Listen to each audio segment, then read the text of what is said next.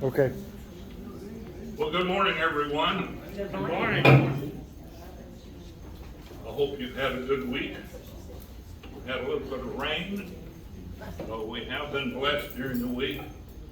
Unfortunately, some things are happening both in our state and across our nation that causes all of us to have some trepidation about the future and about the condition that we're in. Certainly our World Day of Prayer that we just had this last week is well overdue. Frankly, we probably need to be doing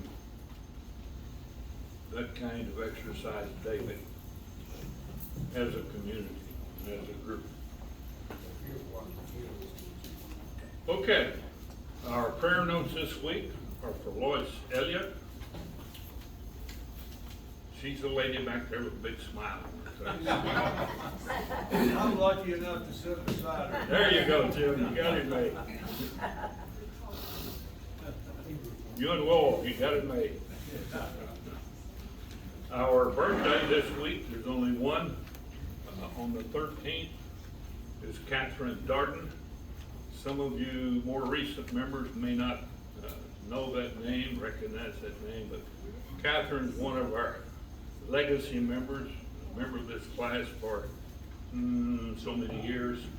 Rejoice. Rejoice. I always call her Rejoice. I don't call her Catherine. I just call her Rejoice. Our donuts this morning are courtesy of whom? Spellman. Spellman. Thank you. You didn't bring John with you? Well, I gotta talk to that guy. Any visitors today? Quick scan tells me no one, okay? The announcements, I think probably most of you have already seen the email that came out. Pastor Haley Schatz is going to be reassigned beginning June 1st to the Methodist Church in Forney. Forney is just south and a little bit east of Dallas. Apparently this is a very nice opportunity for Haley, and our prayers, our thoughts go with her. I think it would be a very nice gesture on the part of our class to either send a collective note of encouragement to her, or individually, if you would like to do so, send her a note also to congratulate her and to let her know that we will be thinking and praying for her. Bill, do we know how Pastor Molly's doing down in Colleen's? She left. Anybody talk? Joe, I wish we did know that for sure. It was all on email yesterday, on Facebook. Oh, she had a long deal on Facebook, and she's been diagnosed with an autoimmune illness. Unfortunately, it's the same one that Cindy Knoppick has, but she's, with diet and exercise, she's determined to move forward. And anyway, just look at her Facebook, because she put a long, it's a something rheumatoid kind of thing, but it affects the muscles. And so, as I said, she put a long explanation on her website. Is she able to continue? I don't know, she didn't say anything about that. But anyway, I was glad to get the update, because we've all been wondering.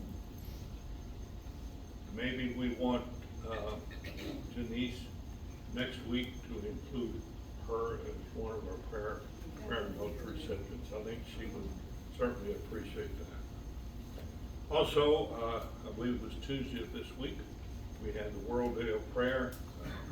Brandon Trensel, who's the pastor down at First on Austin Avenue, led that. The participation was done quite well by a number of churches, but the only issue was the attendance probably could have been better. And maybe some of the promotional efforts, we need to change that a bit.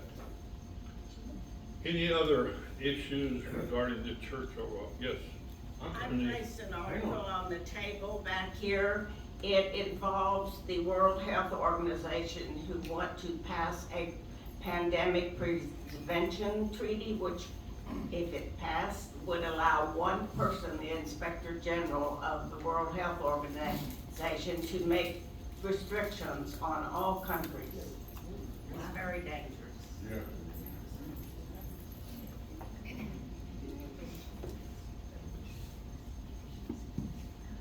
Regretfully, moving in the same direction as so many other things today. Any other comments?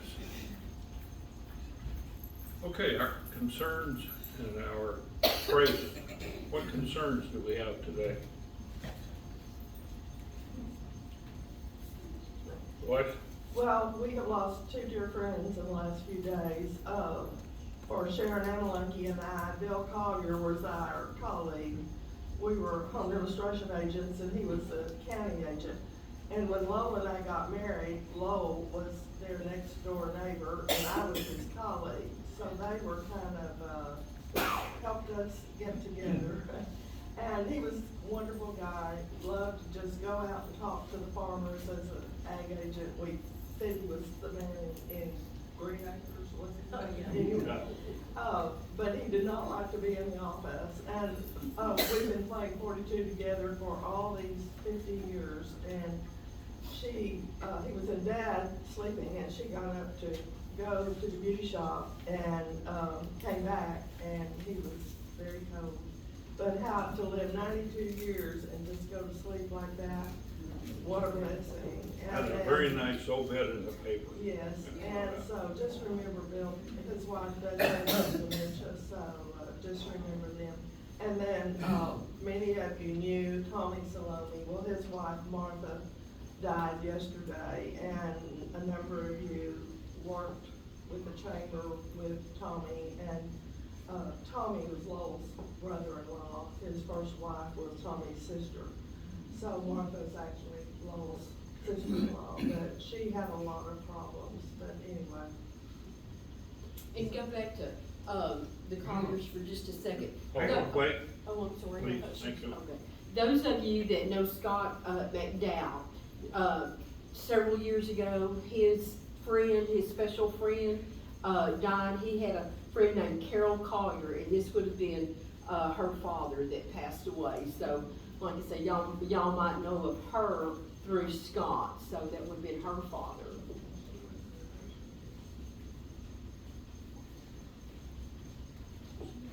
Paul? We'd ask that you continue to pray for Brenda's brother-in-law, Charles Pfluger, El Dorado. He's had significant health issues for an extended period of time, and yesterday had another bad episode and is back in the hospital, and we're just not sure what is wrong with him, but he's definitely struggling, and his wife, Brenda's sister, is really having a tough time dealing with it all, so it's a pretty sad situation at the moment. You mentioned El Dorado, Arkansas? Oh, El Dorado, Texas. Texas? Okay.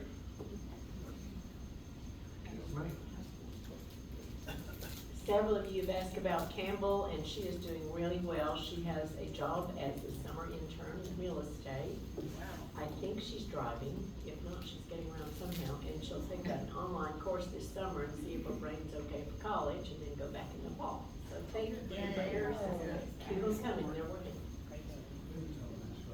It's, I just want to say, this is unbelievable. I'll follow up what Judy said about Campbell, our granddaughter. It was 3 months ago today that we asked for your prayers, and obviously we're forever grateful for that. And it's just a miracle to see where she is today after that brain surgery. So thank you all so much.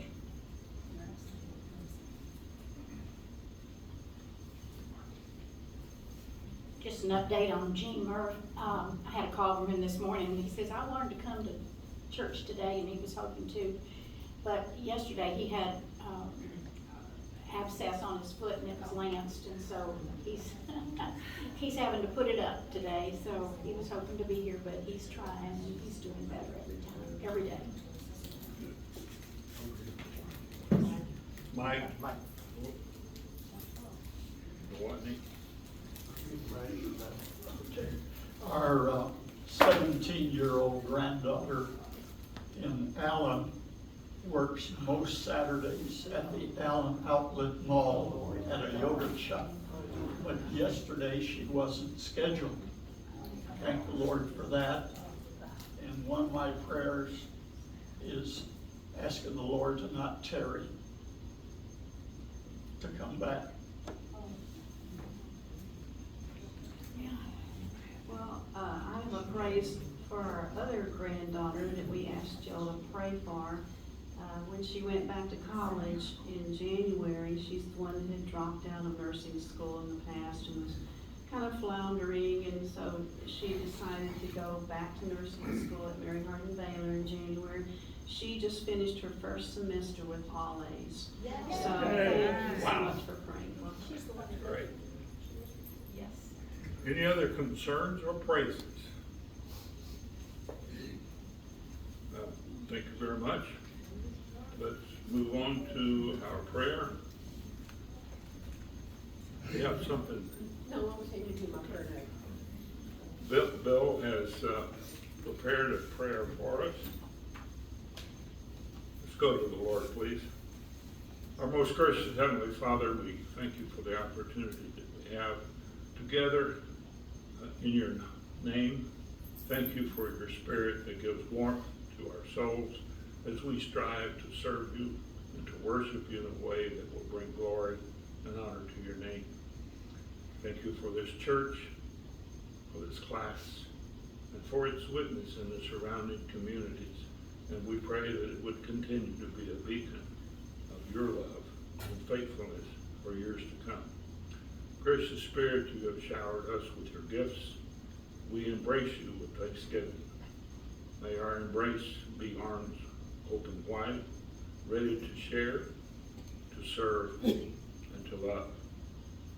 Use our spiritual gifts that we may live the spiritual life, moving according to the Spirit's touch, bending in the direction of God's holy will, and dancing to Christ's joyful music. Lord, for those who are sick and recovering, we pray that they and their families would feel your healing presence. For those who have lost loved ones, we pray that your peace and comfort replace them. We praise you this morning, Lord, and ask that you be with us in all that we do. Help us as we journey together, and be with us in all we do. Embolden us with courage and cause us to stand upright. We're so grateful for your presence in our life, and may we turn to you as we face the challenges and the unknown. For with each hurdle, each obstacle, there's growth. With each setback's a valuable lesson. Father, grant us wisdom and presence of mind to learn from our mistakes and pitfalls. Help us to approach each day in faith so that we are prepared when you come again. Resting on your promises, we ask all of these things in the name of our Lord and Savior. Bill, let's say a prayer for him, and what's the update on the pastor at Pico for his safe travel, and, cause we're missing him, and he's. Well, the pastor, had brain surgery, and, it's the kind of a cancerous tumor that they got most of it, but it's the kind that kind of wraps around everything in the brain, and they couldn't get all of it. He's given the most 18 months to live, and so, I don't know, some of you may know him, Bill Jones, the mayor of Temple for a long, long, long time. He and his wife, Claudette, but anyway, they don't, they love Bill being there, because we were there, for 4.5 years pastoring that church and stuff. Anyway, he doesn't want to be ugly or hurt their feelings or anything, but, he loves me, wants to be here, and I miss him terribly. He's my better half, and so, anyway, just pray that, they will be able to truly find who the Lord, I mean, he's gonna stay until, you know, the Lord moves him, but we just pray that's quickly and that they'll find someone for that church. Okay, bow your heads, please. Gracious Father, thank you for Bill's willingness to serve. Thank you for the sacrifice that he makes and Nancy makes as they have to split their family on the Sunday mornings. We ask that you would guide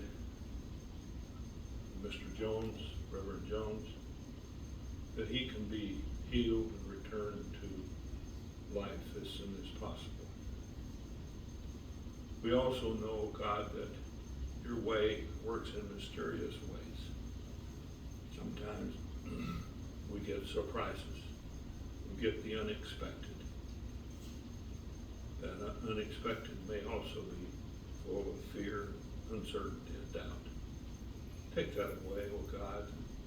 Build us in the spirit of trust and obedience to your name. We ask these things in your name. Amen. Our class this morning is going to be given by Janet. This would be your second time, I think. So I'm looking forward to it.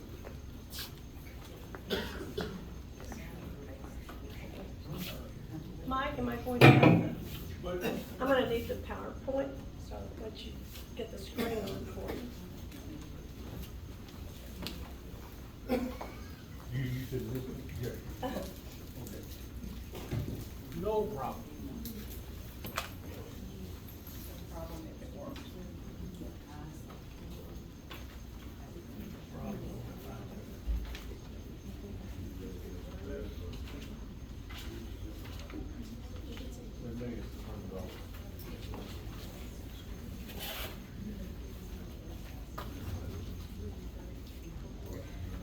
This weekend is when we honor VE. This weekend is when we honor VE Day. You need to turn on the screen.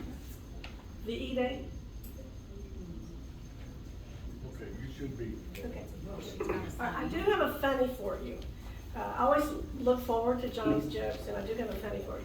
As some of you know, Dave and I have a home in Sun City, and we spend time at that home in Sun City and then time at McGregor at the farm. But recently we went to a musical presentation at Sun City. They have at least one a week. And so the entertainer in the middle of the show, which Sun City's a retirement community, so everybody there's old. And so the entertainer in the middle of the show said, I want to recognize the couples who've had long, happy marriages. And so he began to say, I want you to stand up if you've been married for 50 years. Of course, what I wanted him to say was, I'd like to see who's been married the shortest amount of time, because that would have been Dave and me. But he didn't. He was asking for long, happy marriages. And so, you know, all these people stand up that have been married 50 years, and he said, okay, how about 55?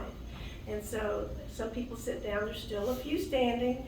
And then he said, well, how about 60? And so there was one couple there that had been married for 62 years. And so he said, well, I want to know, what is your secret to longevity? And so he asked the gentleman, he said, first, how have you managed to stay married for 62 years?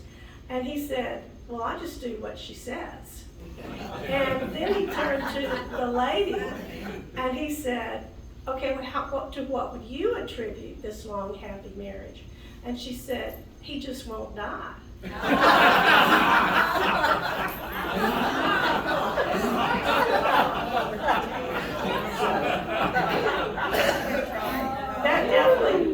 That definitely brought a lot of laughter.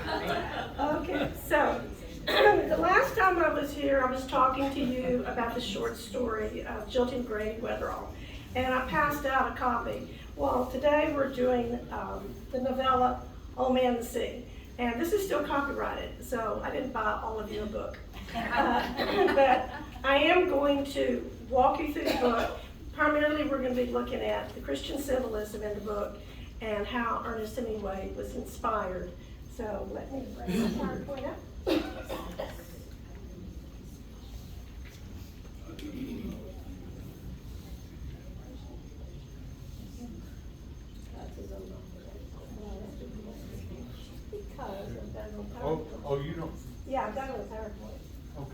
Yeah, your internet is not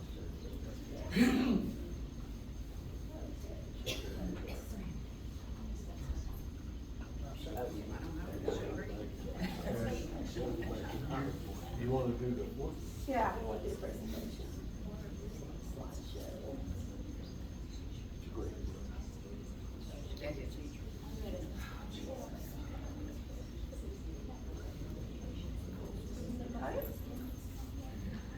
Mary Lou?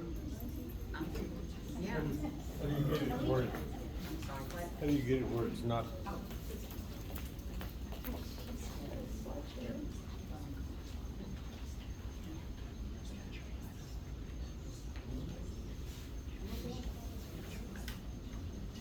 There you go. All right, got it. Okay, so Old Man and the Sea by Ernest Hemingway. Published in 1952. It was awarded the Pulitzer Prize in 1953, and then he received the Nobel Prize for Literature in 1954.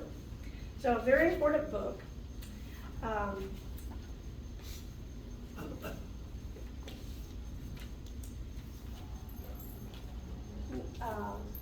going to go to the next slide, and so does that enter, or is that the It should be arrow? enter. Okay. Yeah. Okay. This just shows you Hemingway's writing. When Hemingway was writing from the 20s through the 50s, he was a very popular author, very well known. He was lovingly referred to as Papa Hemingway among the American public. He was like a big hero, war hero, and his books were very popular. And he was highly regarded by the literary critics. He was considered to be a great American author in his time. And that's not always the case. In fact, in most cases, authors who become great, their work lasts for years or centuries. Many times it's not recognized until after that person's death. But Hemingway was recognized in his own time as a great American author. But I want to point out to you that his last great book was A Farewell to Arms in 1940. Now, the next book, which he wrote in 1950, Across the River and Into the Trees, that was not well received. The critics said it's not Hemingway quality. Hemingway must be washed up. He can't give us anything else. It's Hemingway quality. And you'll notice that he went 12 years without writing anything that the critics said was great writing. His own personal life was a shambles, and he was in huge, great despair, suffering a great deal because he had writer's block, and he couldn't write anything that he knew was good. And so finally in 1952, he came back with The Old Man and the Sea. And when he sent it to his publisher, he told his publisher, this is the best, and it is. And so his very last book was the best that he had written. And his own life inspired The Old Man and the Sea. What he was experiencing inspired the book. All right, that brings us to the most important thing that I want to talk about, which is the Christian symbolism and the biblical allusions in his book. The story begins with this sentence. He was an old man who fished alone in a skiff in the Gulf Stream, and he had gone 84 days without taking a fish. In the first 40 days, a boy had been with him. But after 40 days without a fish, the boy's parents had told him that the man was definitely and finally Salau, which is the worst form of unlucky. So we have the old fisherman who, like Hemingway, can't produce anymore. So he's in despair. He's an old man, he can't catch a fish, and he's alone also. We're going to find that he's a widower. And the only person in his life who cares about him is this young boy named Manolin. As we continue to read the book, it's going to become very obvious that it is based on the Bible. But I want to point out to you that it wasn't just random that Hemingway chose the number 40. I want to talk to you about how the number 40 shows up in the Bible. Now here are instances of where we're gonna see the number 40. So this is from Genesis 7:4 and 7:12, referring to the great flood.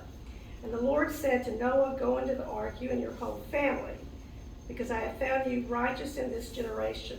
7 days from now, I will send rain on the earth for 40 days and 40 nights, and I will wipe from the face of the earth every living creature I have made.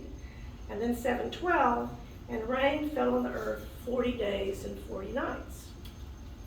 And then if we go to Exodus 24:18, this is the story of Moses in the mount. Then Moses entered the cloud as he went up the mountain, and he stayed on the mountain 40 days and 40 nights.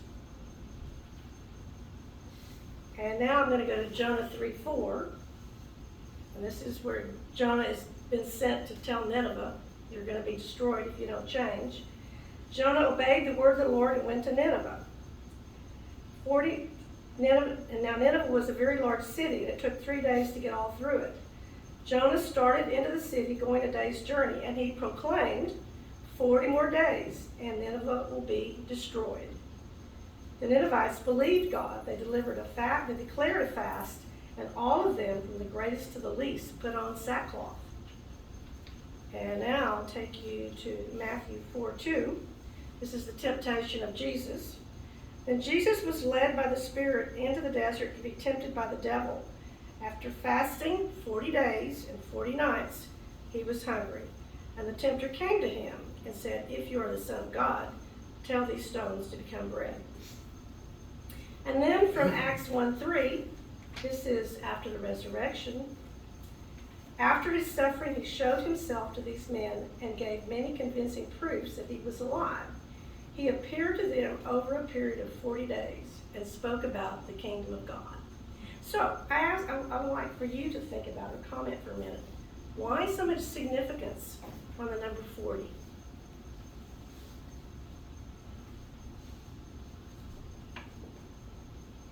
Yeah. It was not forever. It was a long time, but it was not a forever time. It put an ending date on it. Okay.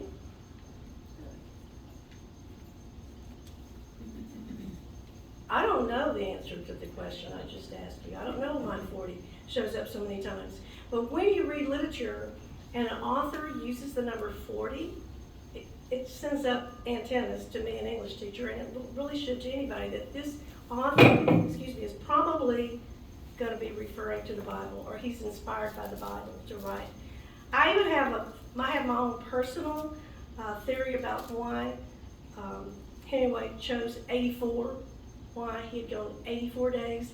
There's only one book in the Bible that has 84 chapters. And if you look in Psalms 84, it's a chapter about David's despair. He's suffering and he's in despair.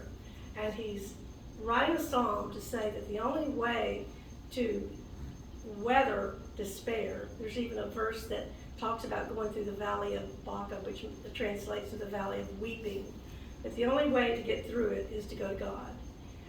So I've actually never read anything in a literary interpretation that says that, but that's my take on it. And we might look at Psalms 84 before we're done if we have time. Does 39 have any kind of meaning back in those days? It seemed like I heard once, like, okay, there's the number 39, so many stripes you get, right? Because it's just one more than 39. I don't know. Anybody else know?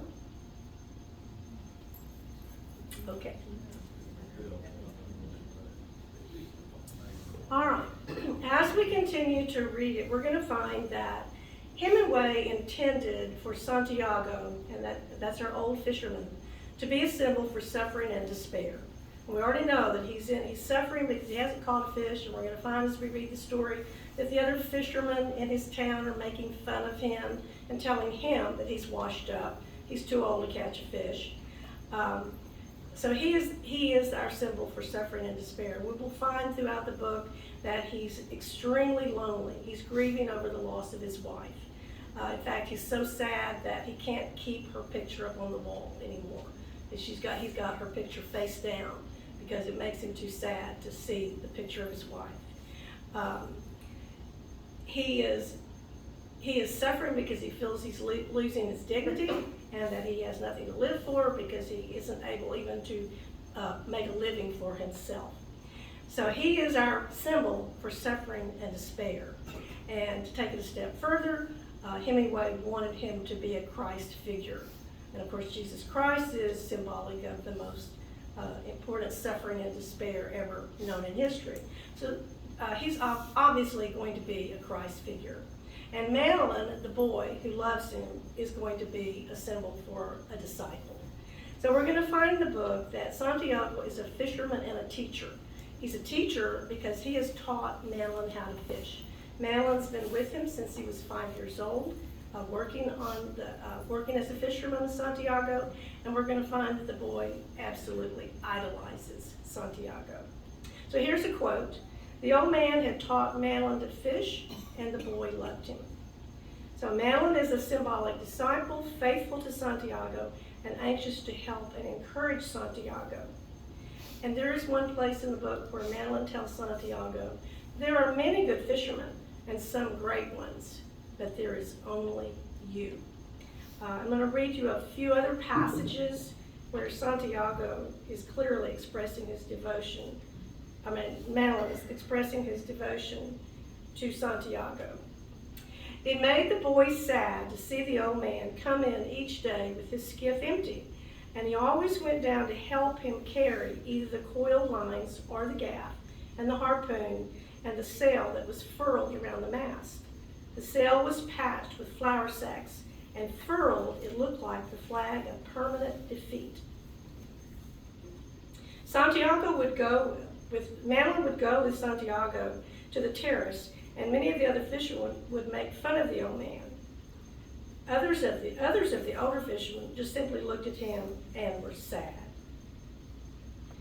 And this is Santiago talking to Madeline. If you were my boy, I'd take you out with me. But now you are your father's and your mother's, and you must go with a lucky boat. And continuing, the passage goes on to the next day where Santiago and Madeline are getting ready for him to go fish. They picked up the gear from the boat. The old man carried the mast on his shoulder, and the boy carried the wooden box with the coiled round lines, the gaff, and the harpoon. The box with the baits was under the stern of the skiff, along with the club that would be used to subdue the big fish when it was brought alongside. No one would steal from the man, but it was better to take the sail and the heavy lines home, as the dew was bad for them, and though he was quite sure no local people would steal from him, the old man thought that a gaff and a harpoon were needless temptations to leave in a boat. And then another conversation between Madeline and Santiago. Santiago was asking, can I carry the cast net for you? And Santiago says, of course. Now the boy knew there was no cast net, and the boy remembered when they had sold it, but they went through this fiction every day. Now this is so that Madeline is trying to help Santiago have some dignity and not feel so bad about the situation. There was actually no food in the hut too, and the boy knew this too. But he said, 85 is a lucky number. And the boy says, I'm going to get the cast net, and I'm also going for sardines. Now, the next day, the story begins with these conversations between Madeline and Santiago. And then the rest of the book is going to cover 3 days. And that, of course, is symbolic of the time that Jesus is in the tomb. So Madeline comes back to check on Santiago the night before he's going to go out. When the boy came back, the old man was asleep. The boy took the army blanket off the bed and spread it over the back of the chair and over the old man's shoulders.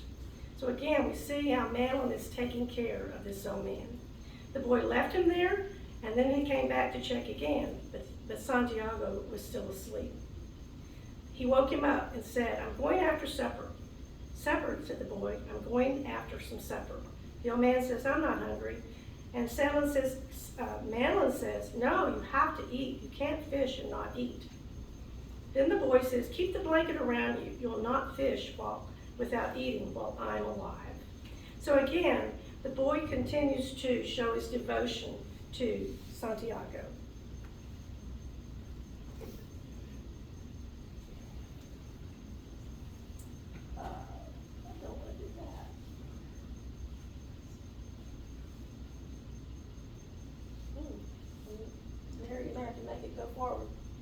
stuck.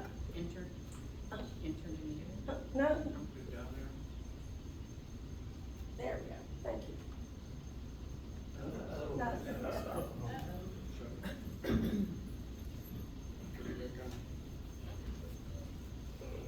oh, no. Hang on, the TVs may have gone off. Okay.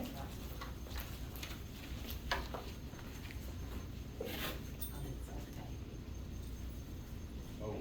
Yeah. TV, the computer's up there. Okay, it's okay. Well, while we're waiting for that. I already talked to you about the fact that he's struggling with loneliness.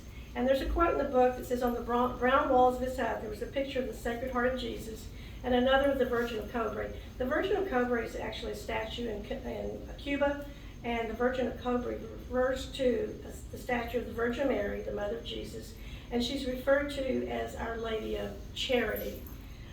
And since this book is all about charity, about people showing charity to others who are in despair, that's why Hemingway is bringing it up.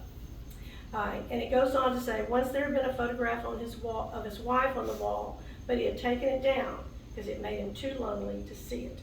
Throughout the next 3 days, while he's out fishing, catching the big marlin, and then the marlin is attacked by sharks and completely destroyed, over and over and over through those next 3 days, you're going to hear Santiago say out loud, I wish I had the boy here to help me. I wish I had the boy here to help me. No one should be alone in their old age, but it is unavoidable. So the loneliness and the despair that Santiago is feeling, compounded by the fact that he feels all alone. And there's another important passage in the book where Hemingway talks about loneliness. He's out on the sea the first day while he's trying to catch the fish, and he is thinking to himself. He remembered the time they had hooked one of a pair of marlin. The male fish always let the female fish feed first, and the hooked fish, the female, made a wild, panic-stricken, despairing fight that soon exhausted her.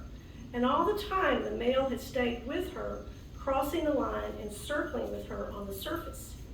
He had stayed so close that the old man was afraid he would cut the line with his tail, which was sharp as a scythe and almost of that same size and shape. When the old man had gaffed the female and clubbed her, holding the bill with its sandpaper edge and clubbing her across the top of her head until her color turned to a color almost like the backing of mirrors, and then with the boy's aid had hoisted her aboard, the male fish had stayed by the side of the boat. Then while the old man was clearing the lines and preparing the harpoon, the male fish jumped high into the air beside the boat to see where the female was, and then went down deep, his lavender wings that were his pectoral fins spread wide, and all his wide lavender stripes showing. He was beautiful, the old man remembered, and he had stayed. That was the saddest thing I have ever seen, the old man thought. The boy was sad too, and we begged her pardon and butchered her promptly.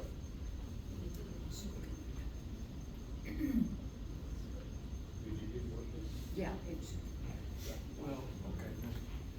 Yeah, I just have to get back there. Okay, yeah.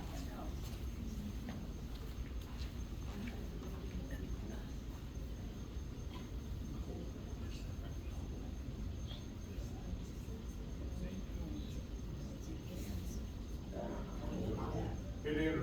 Enter? she's not on it yet. She's got it clicked Yeah, out. can't get out of the screen, so I can get to my PowerPoint.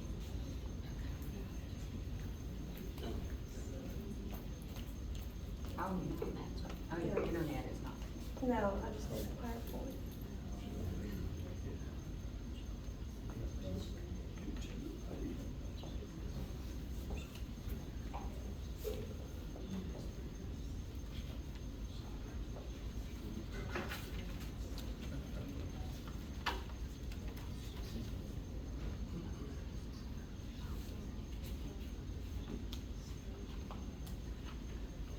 While she's working, I'm going to read you a quick summary of the entire book. The Old Man of the Sea is the story of an epic struggle between an old seasoned fisherman and the greatest catch of his life. For 84 days, Santiago, an aged Cuban fisherman, has set out to sea and returned empty-handed. So conspicuously unlucky is he that the parents of his young devoted apprentice and friend, Madeline, have forced the boy to leave the old man in order to fish in a more prosperous boat. Nevertheless, the boy continues to care for the old man upon his return each night, and he helps the old man tote his gear to his ramshackle hut and secures food for him. Okay. And then the story begins with the 3 days. On his 85th day of his unlucky streak, Santiago does, as promised, sailing up his skiff far beyond the island's shallow coastal waters and venturing into the Gulf Stream. He prepares his lines and drops them. At noon, a big fish, a marlin, takes the bait that Santiago has placed 100 fathoms deep in the water. The old man expertly hooks the fish, but he cannot pull it. Instead, the fish begins to pull his boat. And there we have day one. And Santiago catches the marlin, and the fish is pulling him out to sea. Unable to tie the line fast to the boat for fear the fish would snap a taut line, the old man bears the strain of the line with his shoulders, back, and hands, ready to give slack should the marlin make a run.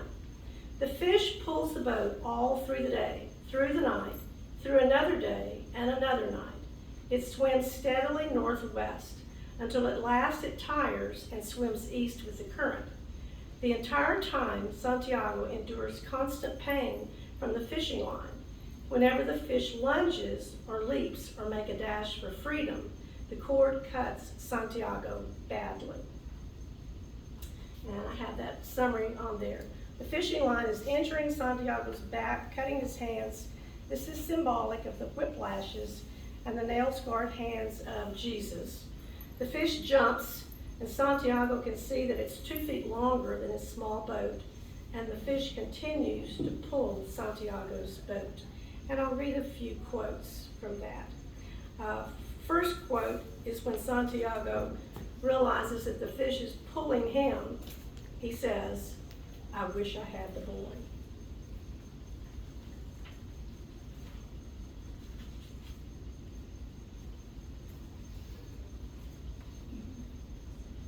His hands began to cramp, and he is having trouble holding on to the line, and he's praying, "God, help me to have the cramp go, because I don't know what this fish is going to do."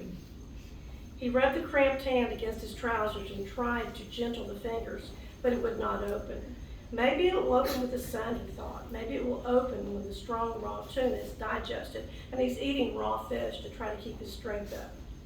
If I have to have it, I will open it, cost whatever it costs.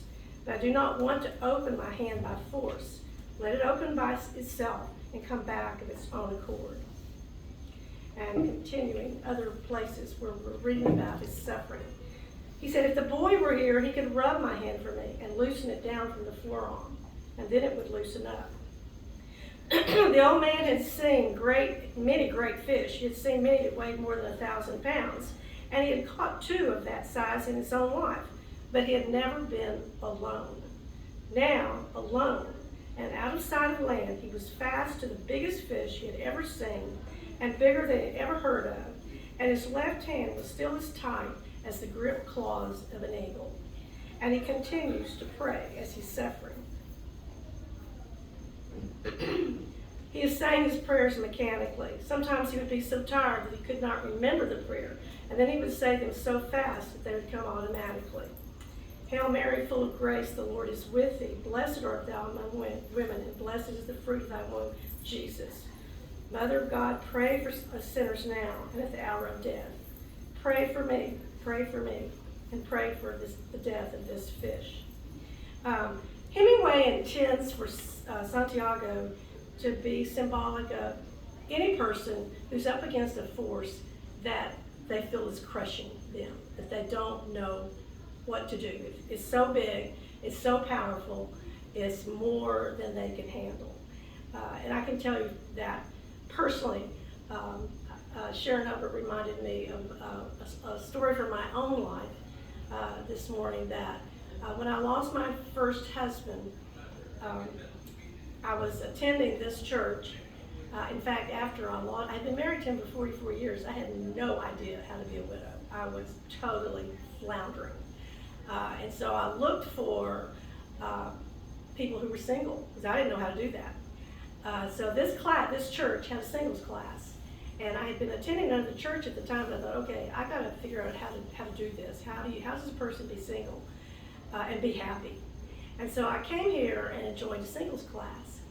And it did help, but I was still floundering. And typically, I'd go to the Sunday school class, and then I'd go to church, and there would be hymns that would remind me of my past and my life with him, and basically I'm crying all through church. And so one day, there was a lady sitting beside me, and I know she probably thought, what is wrong with this woman? She sits there in Christ the whole time during church. So she asked me, Steve Ramsdale was the pastor at the time, and she said, wouldn't you like to meet our pastor? And I said, no. I said, I just know really where I was at. I said, no, I need to get home this afternoon. And she grabbed me by the arm and dragged me to front and introduced me to Steve and said, this is Janet Walters. She's new to our church, just wanting you to meet her. And she had asked me, what's troubling you? And I told her, well, I lost my husband. So Steve said to me, he didn't say, so sorry for your loss. He just simply, immediately, abruptly said to me, Janet, you're not the one that died. God has a plan for your life. Figure it out. And at first it was so abrupt that it just took me back and actually made me a little bit angry. But the next week I thought about it over and over and over, and I came to realize God was talking to me through Steve Ramsdale. And I needed to hear an abrupt, Janet, get off your butt and figure it out. You've grieved long enough, you've cried long enough, figure it out. And so that was my period of absolute despair, on the floor, can't pick myself up. And Steve Ramsdale did it. Okay, continuing. Santiago knows that if sharks come, he's in for it. Because he's got this, once he clubs the fish, once he kills it on day 3 and ties it to his boat, he can't get it in the boat. He knows that sharks are going to be coming for his fish. So on day 3, the marlins begin to circle the boat, and Santiago harpoons the fish. Sharks attack the marlin as it is tied to Santiago's boat. Santiago knows the sharks are going to consume the marlin. And we have the quote from the book, and at this point there's absolutely no missing Hemingway's point. He says aloud, I. And there is no translation for this word, and perhaps it is just a noise such as a man might make involuntarily, feeling the nail go through his hands and into the wood. So Santiago is experiencing the symbolic crucifixion. Sometimes when I have taught this book, students will question, well, is that not disrespectful that Jesus experienced the crucifixion? So is Santiago really experiencing a crucifixion? Any comment about that? What do you think?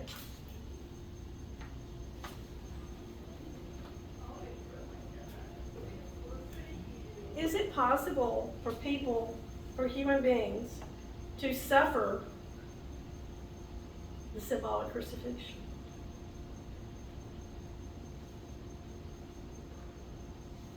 Well, other people actually were crucified. Can people suffer a symbolic crucifixion?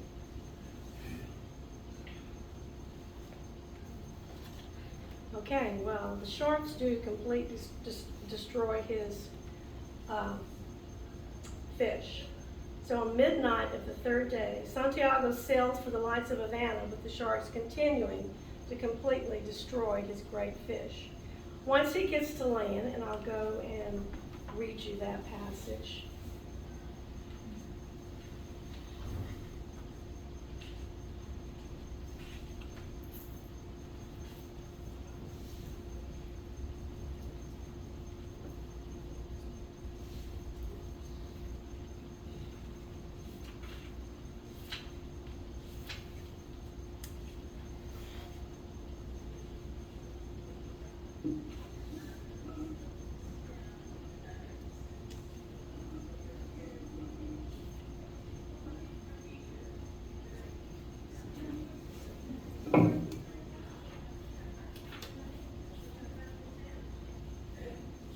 Santiago is blaming himself for what has happened. He says to himself, I shouldn't have gone out so far. I knew that there would be sharks if I went out that far. So he's somewhat blaming himself. He's gone out so far that he can't see land, but he can see the glow of Havana. And so he's trying to get back to Havana. He knew that the fight against the shark was useless. They came in packs, and he could only see the lines in the water that their fins made and their phosphorescence as they threw themselves on the fish. He's clubbing at their heads. He hears their jaws chopping and the shaking of the skiff as they take the hold below. He's clubbing desperately at what he can only hear and feel, and then he felt something seize the club that he's clubbing with, and the sharks grab his club and take it away. He's bleeding internally. There's a passage that says he can hardly breathe, and he felt a strange taste in his mouth because he has fought so hard. When he gets to land, he knew that everyone was in bed. The breeze had risen steadily and was blowing strongly now. It was quiet in the harbor, though, and he sailed up into the little patch of shingle below the rocks. There was no one to help him, so he pulled the boat up as far as he could. Then he stepped out and made her fast to a rock. He unstepped the mast and furled the sail and tied it. Then he shouldered the mast and started to climb. It was then that he knew the depths of his tiredness. He stopped for a moment and looked back and saw in the reflection of the streetlight the great tail of the fish standing up well behind the skiff's stern. He saw the white naked line of the backbone and the dark mass of the head with the projecting bill and all the nakedness between. He started to climb again. At the top he fell and lay for some time with the mast across his shoulder. He tried to get up, but it was too difficult, and he sat there with the mast on his shoulder and looked at the road. Finally, he put the mast down and stood up. He picked the mast back up and put it on his shoulder and started up the road. He had to sit down 5 times before he reached his shack.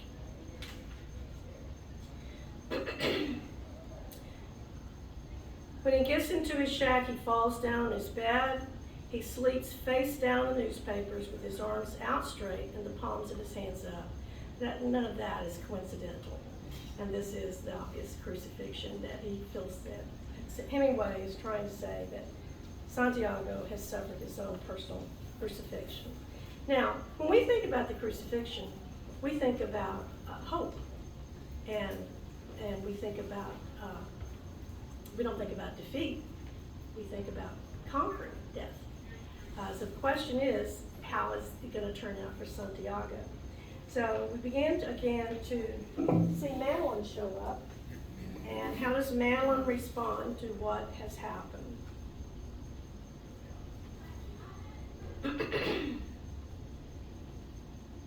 Madeline tells him when he finds him, now we are going to fish together again. But what will your family say? And Madeline says, I don't care. We are going to fish together again, for I still have much to learn from you. We must get a good killing lance and always have it on board. We have to have a blade. We're going to make sure it's going to be a sharp blade. I'm going to get another knife. So Madeline is there giving him hope and telling him we're going to start over. I'm going to have everything in order, the boy told him. You just get your hands well. Santiago says, I don't know how, he says, I do know how to care for them. But in the night, I was spitting blood, and I felt something in my chest was broken. Maybe symbolic of a broken heart, but Santiago feels that he was beat by the sharks, and he didn't bring his big fish in.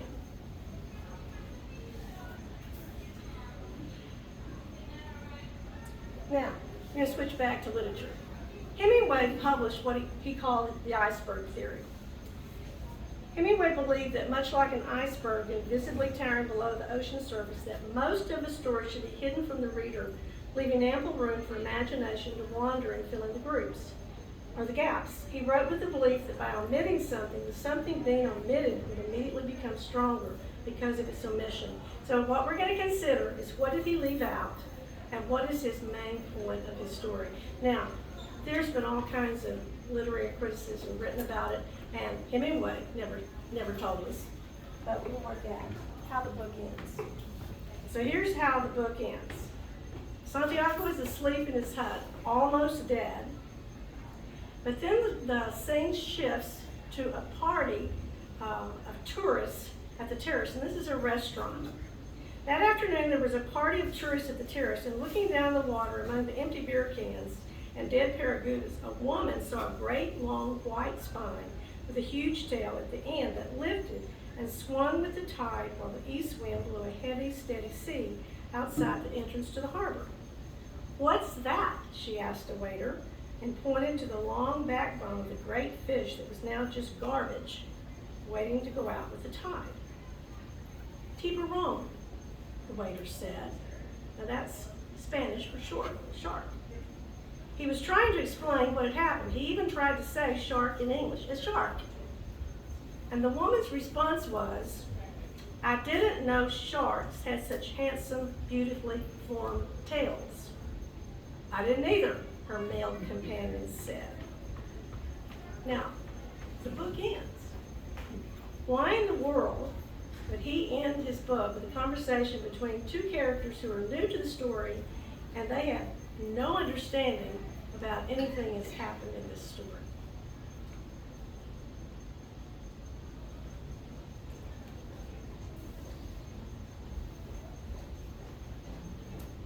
And this is considered to be his greatest book.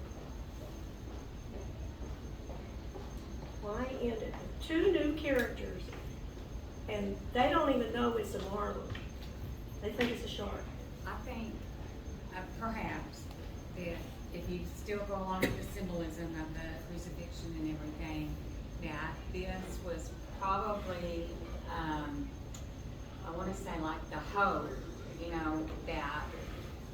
that he was a great fisherman, that he brought in this great fish, and here, kind of like when Christ was seen afterwards and everything, I think this symbolizes kind of that he really was a great fisherman. Okay. I mean, I don't know, but maybe. All right. Any other theories? Do you think that Santiago's going to live? Because Hemingway doesn't tell us. And when the story ends, he's still asleep in his hut. I think he will teach. We want him to because we want him to go on and help Madeline. Well, but even Madeline says, I have so much to learn. Yeah. So I feel like, Okay, any other ideas? Okay. All right. Here, okay. And Janet, less than 10 years after he received those awards for the book, he took his own life in Ketchum, Idaho. Yes, he did. Yes, he did. All right, here's my thing. Here's my call. Here's what I think. I think Hemingway put two characters at the end of the book that had no idea that it was even a marlin to say to everybody else that the average person has no idea of the suffering of other people. When I lost my first husband, I had a girlfriend who asked me, she said, "Janet, what does it feel like?" And I said, "There's no way to explain it. And you are not gonna know until you feel that same abysmal void in your own life. You're not gonna know." I think Hemingway wrote the book to say that it's for all of the rest of it. It's about Santiago, no doubt, but I think the book is about the two tourists who have no idea that there's no man in a shack, almost dead, who went fishing to try to maintain his dignity and to be a good role model to Madeline, they don't know. And how, but can you blame them? Well, I think Hemingway would say, pay attention. And so, how do you recognize suffering? Well, there are some key points. First, be in regular contact with people that you know are suffering. Second, pay attention. Third, ask questions. And fourth, just be available. If you know that someone is in despair or suffering, then do those 4 things and help them out. Okay. Any other comments or questions? All right, well, let's end in prayer. Lord, help us to recognize suffering and help us to follow your will. In Jesus' name.